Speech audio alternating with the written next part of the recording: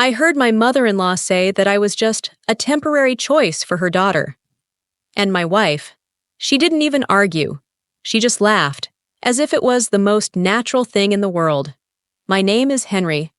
I'm 42 years old, and I'm in the process of divorcing Mia, my wife of 8 years, a woman I loved and cherished, only to find out that, to her, I was never really her true choice. Mia came from wealth. Her family owned a chain of luxury properties, lived in a sprawling estate, and prided themselves on their social status. I, on the other hand, came from a middle-class background. I had no family fortune, no prestigious name, just my own hard work and ambitions. But I had something I thought was enough, genuine love for Mia. And I naively believed she felt the same way about me. I always knew her family disapproved of me. The very first time I met them, I could feel it. Her father shook my hand with a forced smile. Her mother gave me a cold, polite nod, and her brother didn't even bother hiding his smirk. They didn't think I was good enough for Mia, but I told myself it didn't matter. I told myself that with time, they would see that I truly loved her. I was wrong. Over the years, I realized something even worse. Mia didn't just fail to defend me from their insults. She often joined in. At family gatherings, I endured their condescending remarks about my job, their snide comments about how lucky I was to have married Mia, their humiliating jabs when her mother would loudly ask in front of everyone, "So Henry, when are you going to get a real job?" I always smiled and brushed it off because I believed that, as long as Mia loved me, nothing else mattered. I was an idiot. That night, I walked into my mother-in-law's kitchen to grab a glass of water. The door was slightly ajar, and that's when I heard her voice, sharp, smug, and filled with certainty. "Don't worry, honey, he won't last much longer. In a few years, he'll get tired and leave on his own. Then you'll find yourself a real husband, one with money." My heart stopped. Then, Mia's voice. She let out a small chuckle and said, "Mom, come on. At least he treats me well." Not a denial, not a defense, just a pitying statement. Like I was some pathetic, loyal dog she had settled for. I felt my entire world crumble. 8 years of devotion, 8 years of sacrifices, 8 years of thinking I had married someone who truly loved me, only to realize that she saw me as nothing more than a placeholder. I stepped into the kitchen. The moment they saw me, the atmosphere shifted. My mother-in-law still had her wine glass in hand, looking completely unfazed. But Mia's face turned pale. "Henry, how much did you hear?" she stammered. I looked her dead in the eyes. No longer as a husband who adored his wife, but as a man who had just woken up from a cruel lie. "Everything." The room fell silent. Mia's mother took another sip of her wine, as if she didn't have a care in the world. Mia, on the other hand, looked desperate, panicked. But I was too exhausted to care anymore. I set my glass of water down on the counter and turned to leave. Mia grabbed my wrist. "Henry, wait! What are you doing?" I looked down at her hand gripping mine. Then, calmly, I pried her fingers off one by one. "I'm doing what I should have done a long time ago. I'm leaving this marriage." And in that moment, I realized my life was about to change forever. But not in the way they expected. I walked out of that kitchen with my head held high, but inside, I was falling apart. I had spent 8 years building a life with Mia, thinking we were a team. I had fought through the disdain of her family, endured their cruel jokes, and believed that my love for her was enough to make up for their hatred. But that night, I saw the truth. I was never part of their world. I was just a temporary fixture in her life, something to be tolerated until something better came along. I couldn't sleep that night. Mia tried to talk to me, to downplay what I had heard. "Henry, you're overreacting. You know how my mom is, she says things she doesn't mean." I turned to her, expressionless. "She meant every word, Mia, and you didn't stop her. You laughed." She rolled her eyes. "Oh, come on. Do you want me to argue with my mother over a joke? You're so sensitive sometimes." Sensitive. That's what she called me. I didn't argue. I didn't yell. I simply lay in bed, staring at the ceiling, realizing that the woman I loved had never truly been on my side. But the real betrayal came a week later. I had already started planning my exit. I was looking at apartments, sorting through my finances. I didn't want a messy fight, I just wanted out. Then, one evening, I came home from work to find her entire family waiting for me in the living room. Mia was sitting on the couch, arms crossed, looking smug. Her mother and father stood behind her, and her brother, her arrogant, smirking brother, leaned against the fireplace. I could feel the ambush before a single word was spoken. Her father spoke first. "Henry, we need to have a serious conversation." I dropped my keys on the counter and crossed my arms. "About what?" Mia's mother took a step forward, her voice dripping with fake sympathy. "We know you're upset, dear. But leaving Mia? That would be a terrible mistake." I scoffed. "A mistake?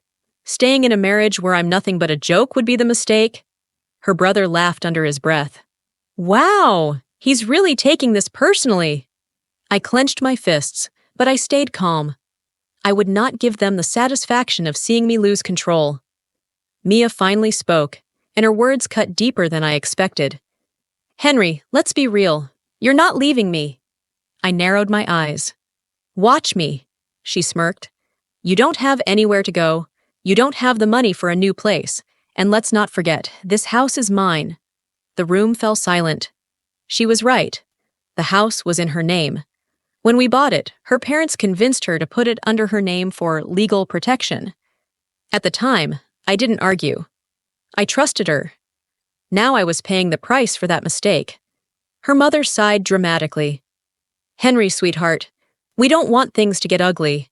But if you try to leave, just know that you won't be taking anything with you." I looked at Mia, my wife, the woman I had loved, the woman I had built a life with. I searched her face for any trace of guilt, any sign that she cared. But all I saw was arrogance. They thought they had won. They thought I was trapped. And for a brief moment, I almost believed them.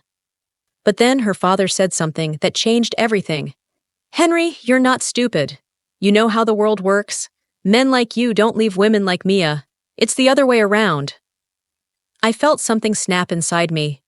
I looked around the room, at the people who had belittled me for years, at the woman who had taken me for granted, at the life I had let them control. And then I smiled, a slow, knowing smile. I saw the first flicker of doubt cross Mia's face. I took a deep breath and exhaled. "You're right. I don't have the money. I don't have anywhere to go." Mia's smirk returned. "See? Now let's—" "But that's just temporary." The room fell silent. I picked up my keys and turned toward the door. "You think I'm walking away with nothing? You think I'll always be the man you pity? Watch me." Mia's mother frowned. "Henry, what are you—" I looked over my shoulder and gave them a smile they had never seen before. "You're all going to regret this." And with that, I walked out. What they didn't know, what they could never imagine, was that I had just taken the first step toward becoming the man they would one day beg for mercy. I walked out of that house with nothing but the clothes on my back and a burning determination in my chest. Mia and her family thought they had won. They thought I would crawl back, begging for another chance, crushed under the weight of my own failure. But they had no idea who they were dealing with. I wasn't going to let this break me. I was going to make them regret every single word they had ever said about me. The next few months were the hardest of my life. I had no home, no assets, and barely any savings. I stayed with a friend while I worked day and night on a startup idea I had been toying with for years, one that Mia used to laugh at. "It's a waste of time," she had said. "You'll never make real money with that." I made it my mission to prove her wrong. I barely slept. I lived off instant noodles and black coffee. I poured everything I had into that business, using every skill, every connection, and every ounce of energy I could muster. And then, it took off. At first, it was slow, small deals here and there. Then, word spread. Investors started calling. Clients started signing contracts. Before I knew it, I was no longer just surviving. I was thriving.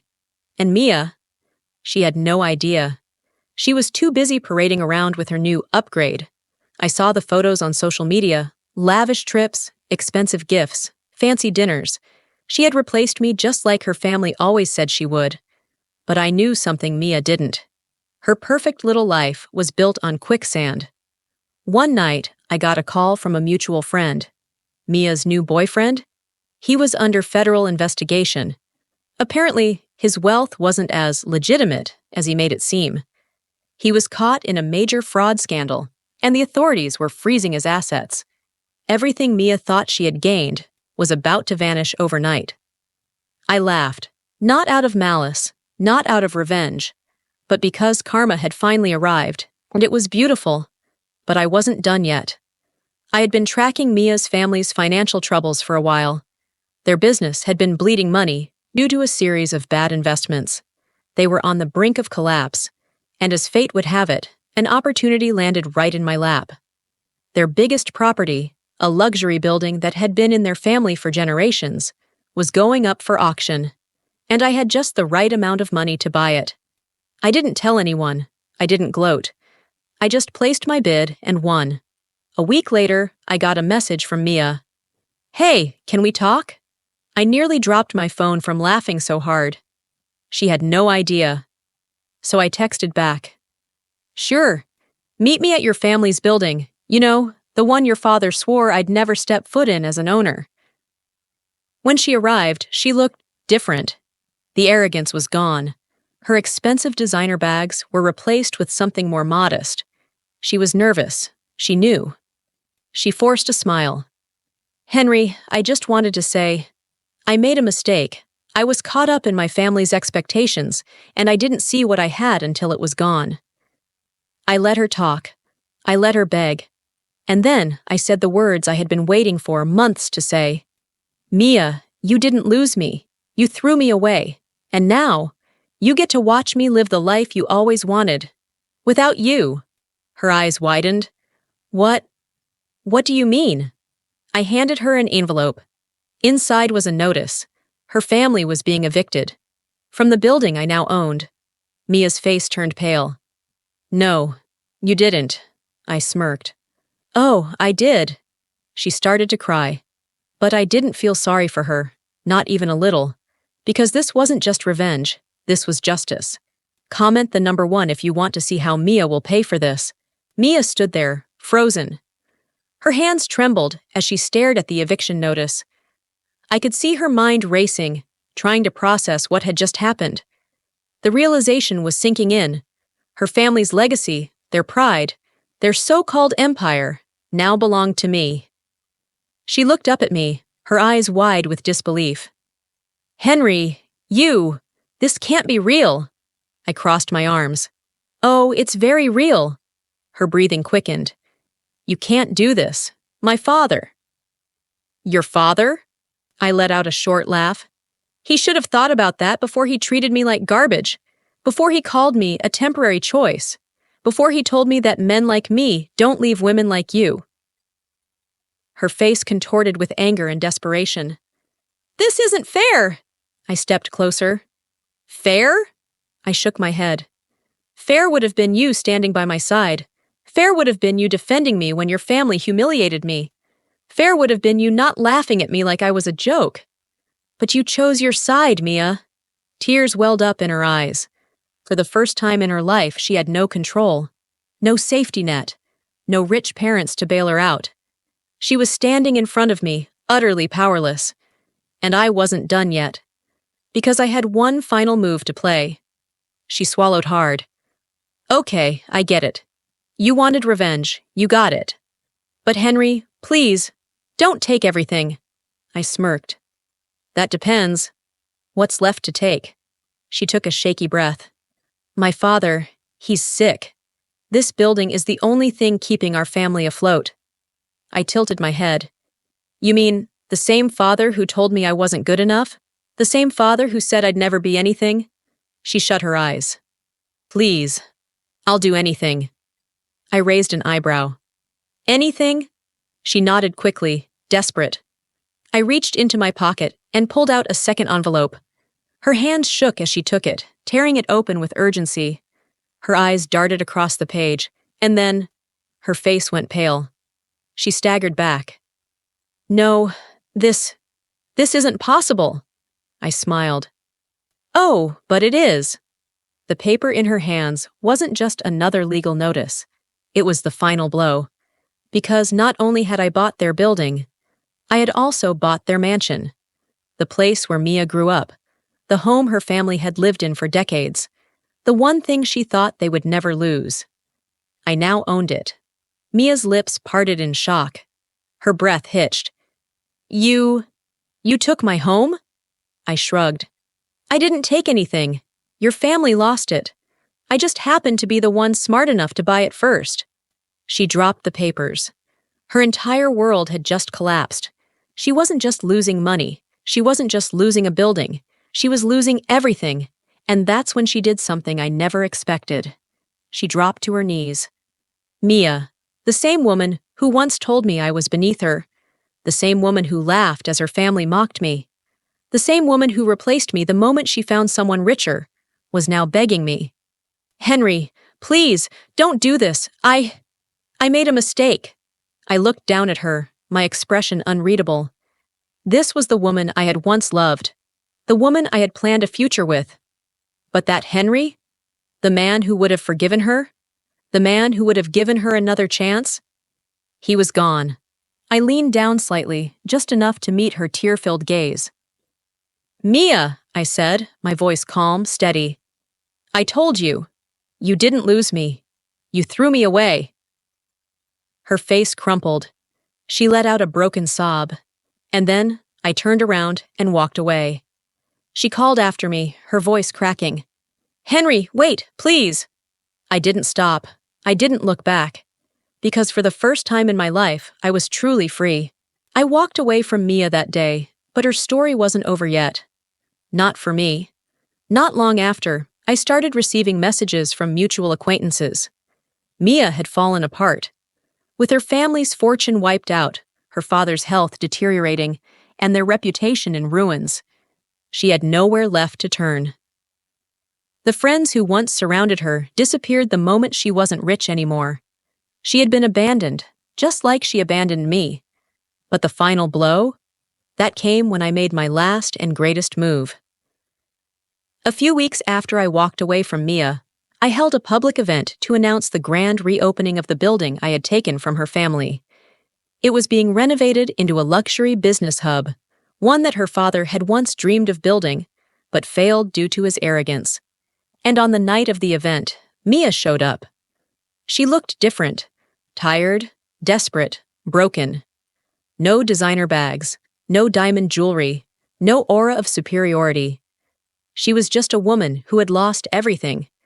I knew she came there to beg, to ask for mercy, and I was going to give her an answer. She found me after my speech, her eyes pleading.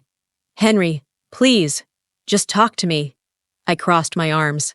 Talk about what, Mia? The fact that you're here, standing in a building that I now own, begging the man you once laughed at? She swallowed hard. I know I was wrong. I know I was awful to you. But you don't understand. I was under pressure from my family. I let them control me.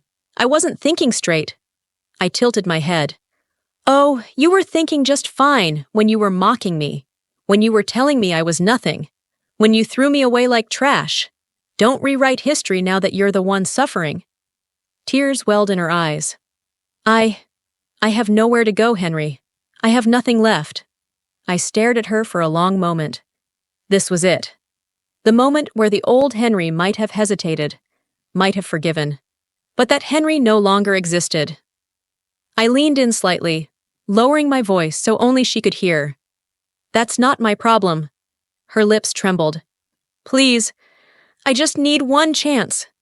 I stepped back, smirked, and then, with absolute finality, I said the words that sealed her fate. You had your chance. You threw it away. Now, you get to live with that choice. She broke down right there in front of me.